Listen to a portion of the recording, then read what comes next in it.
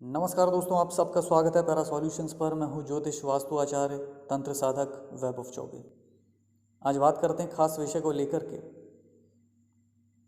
कुछ ऐसे नियम होते हैं घर में जो हमें करने चाहिए, अगर नहीं करते हैं तो वास्तु दोषों से भी ज़्यादा दोष आपको लगता है। और अगर उन नियमों का पालन आप सही से कर रहे हैं तो घर का वास्तु चाहे बहुत ख़राब भी हो भी आपके ऊपर उतना असर नहीं आ पाएगा। ऐसा आपने कई बार देखा होगा, घर में वास्तु दोष होते हैं। या अगर एक उदाहरण देता हूँ आपको, साउथ फेसिंग घर की हमेशा बात होती है कि ख़राब होता है साउथ फेसिंग घर। तो बहुत सारे घर है जो साउथ फेसिंग होंगे, या एक ही तरह के अपार्टमेंट्स जो फ्लैट्स होते हैं वो सब बने होते हैं बिल्डिंग में या कॉलोनी में, जो एक ही बिल्डर ने बनाया है, एक ही तरह के डिज़ाइंस हैं, वो सारी चीज़ें वहीं पर हैं। तो वास्तु तो वही है घर का, लेकिन जो घर में रहने वाले लोग हैं वो किन नियमों का पालन कर रहे हैं, किस तरीके से रह रहे हैं, उसका असर बहुत ज़्यादा आपकी लाइफ पे पड़ता है। तो रिजल्ट्स वहाँ पे चेंज हो जाते हैं।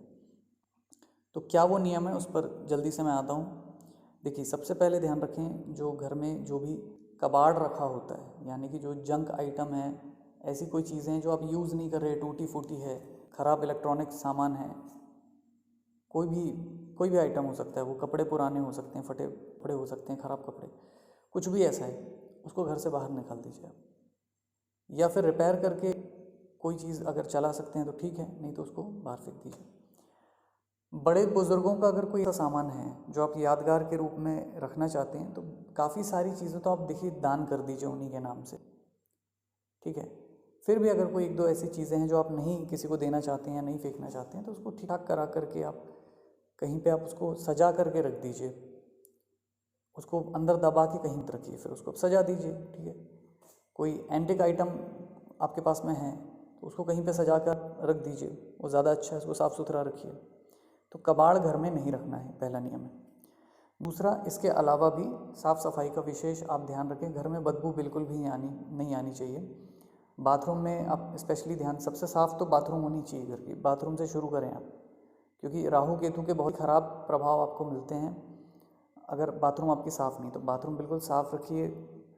फिनाइल का उसमें यूज़ करना, कोई जो चीज़ें होती जो अंदर खुशबू का वातावरण रखे, ऐसी कोई चीज़ आप लगा करके रखिए।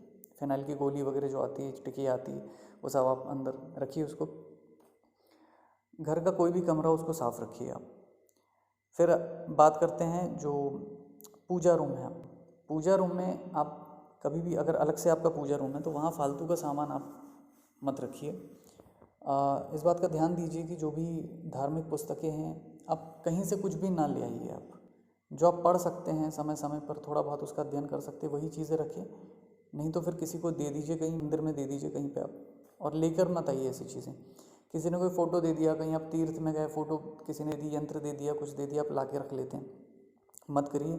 जिनको आप मानते हैं अंदर से, दिल से, उन्हीं की फ़ोटो, उन्हीं की मूर्ति रखिए, आप पूजा करिए उसकी, जिसकी आप पूजा दिल से कर सकते हैं।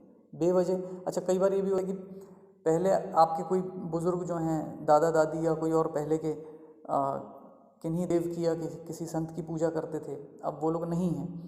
अब आपकी श्रद्धा उनमें नहीं है, उस देवी देवता में या उस संत में, और आप फ़ोटो रखे हुए हैं बेवजह या मूर्ति रखे हुए हैं, तो विसर्जित कर दीजिए।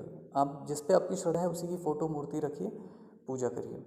तो पूजा रूम का, और पूजा रूम कोशिश करें कि ज़्यादा से ज़्यादा मतलब खाली हो, बहुत ज़्यादा स्टोर उसमें आप पूजा रूम में मत रखिए।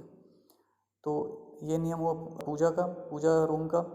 और इसके अलावा भी घर के जो दूसरे कमरे हैं उसमें भी जो अतिरिक्त सामान होता है, वही बात आ जाती है जो आपके काम का नहीं है, या कभी कभी यूज़ कर रहे हैं तो देख लीजिए कि वो यूज़ हो सकता है कि नहीं, नहीं तो फिर उसको हटा दीजिए। और सामान बिखरा हुआ मत रखें। अब ये तो चाहे बेडरूम हो चाहे किचन हो, बिखरा हुआ सामान कभी भी ना रखें आप। कम से कम आपको सामान दिखना चाहिए कमरों में, तो बिखरा हुआ मत रखें बिल्कुल भी। इससे भी क्या होता है, आपके अंदर ना प्रोक्रेस्टिनेशन बहुत पैदा होता है, काम को टालना, और कन्फ्यूजन बहुत ज़्यादा होने लगता है। अगर आपके कमरे में बहुत सारा सामान बिखरा हुआ रहता है तो आप कन्फ्यूजन में बहुत ज़्यादा रहेंगे अपनी लाइफ में। किसी भी चीज़ को लेकर कन्फ्यूजन बहुत रहेगा, डिसिप्लिन की भी कमी देता है ये। और आप देखेंगे कि आपकी जीवन की जो बहुत सारी समस्याएं हैं वो भी बढ़ते ही चले जाएगी। मतलब अगर आप एक बीमारी आपको लगी तो 4 बीमारी साथ में और लगेगी। एक बीमारी की दवा आप लेकर के आएंगे, धीरे धीरे 1 2 3 ऐसे दवाइयों का जो है स्टोर हो जाएगा पूरा घर में। ये कब होता है? जब सामान बिखरा हुआ घर का होता है, कुछ कोई भी कमरा हो चाहे। इस बात का ध्यान रखें और ऐसे काम ना करें जो इनडिसिप्लिन्ड काम हो, जो डिसिप्लिन की कमी को दिखाते हैं या असंतुलन दिखाते हैं, अनस्टेबल दिखाते हैं। जैसे कि घर बहुत ज़ोर ज़ोर से बात करना, बेवजह बात करना, किसी भी समय कोई घर में कोई व्यक्ति पूजा कर रहा है और आप यहाँ पे टीवी चला रहे हैं, आप मोबाइल में कोई गाना सुन रहे हैं स्पीकर पे, 2 लोग बहस कर रहे हैं। कई बार तो घर में देखा मैंने गाली गलौज का भी वातावरण होता है। अब एक व्यक्ति पूजा कर रहा है या फिर एक व्यक्ति पढ़ाई कर रहा है, बाकी के लोग ये सब कर रहे हैं, तो क्या वातावरण बनेगा घर में, आप सोच सकते हैं। ऐसी चीज़ें बिल्कुल भी मत करिए, क्योंकि हम अपने हर एक एक्ट से, देखिए मन में तो चाहे जो चल रहा हो वो बात अलग हो जाती है, लेकिन हम जो एक्ट कर रहे होते हैं, जो एक्शन ले रहे होते हैं, वो एक तरह का मैसेज यूनिवर्स में देता है। फॉर एग्ज़ाम्पल, कोई व्यक्ति अगर फिजूल खर्ची करता है और वो कहता है यार भाई हमसे तो पैसे, हमसे तो सेव नहीं होते, भाई पैसा तो कमाओ, आप सेव मत करो, कमाओ, कमाने की सोचो। और भाई नहीं कमा सकते आप, क्योंकि लिमिटेशन है हर चीज़ की। आप पैसा फिजूल खर्च करते हो मतलब पैसे की इज्जत नहीं कर रहे हो। किसी ने कुछ भी मांगा, आपने उठा के दिया उसको, ये कोई दान नहीं होता है।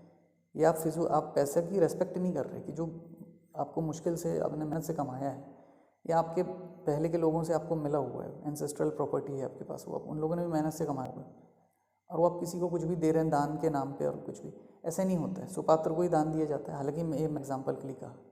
तो इस बात का ध्यान रखें आप कि कभी भी कुछ भी ना करें, डिसिप्लिन में करें। आप खाना खा रहे हैं, सलीके से खाने को लेके खाइए आप, ठीक है। बिखरा मत पड़े रहने दीजिए सामान को। कोई पूजा कर रहा है, उसको शांति से पूजा करने दीजिए। आप नहीं करना चाहते पूजा, ठीक है, आप कम से कम उसके लिए सहूलियत का तो काम करिए भाई। कोई पढ़ाई कर रहा है, कोई पूजा कर रहा है, या कोई घर में मेहमान आए हुए हैं, वो कुछ आपस में बात कर रहे हैं, तो बच्चों को भी सिखा के रखिए कि भाई बेवजह हल्ला करना, शोर करना उस समय पे ठीक नहीं है। सुनिए, कोई अगर घर में कोई मेहमान आए हैं, बुजुर्ग आए, तो सभी लोग बैठिए, उनकी बात को आप, अगर अच्छे इंसान हैं, अच्छे लोग हैं, तो आप सुनिए उनको ध्यान से। कोई गुरु हैं, कोई बुजुर्ग हैं, कोई कुछ भी हो सकता है, कोई घर में मेहमान आए, आपका ड्यूटी बनती है उनकी बात को प्रेम से सुने, ध्यान से सुने। बैठे वहाँ पे, ये नहीं कि टीवी चल रही है, 2 लोग अलग से टीवी देख रहे हैं और मेहमान बैठा हुआ है, एक इंसान उससे बात कर रहा है। इस तरीके से नहीं रखिए आप, और फिर लोग भी नेगेटिव ही आएंगे। ऐसा माहौल जब आप क्रिएट करते हैं, वही बात, वही गेम, पूरा वही है। जैसी चीज़ के लिए तैयारी करेंगे ना दोस्तों, वही चीज़ आपको मिलने वाली है। डिसिप्लिन्ड वातावरण बनाएंगे घर में।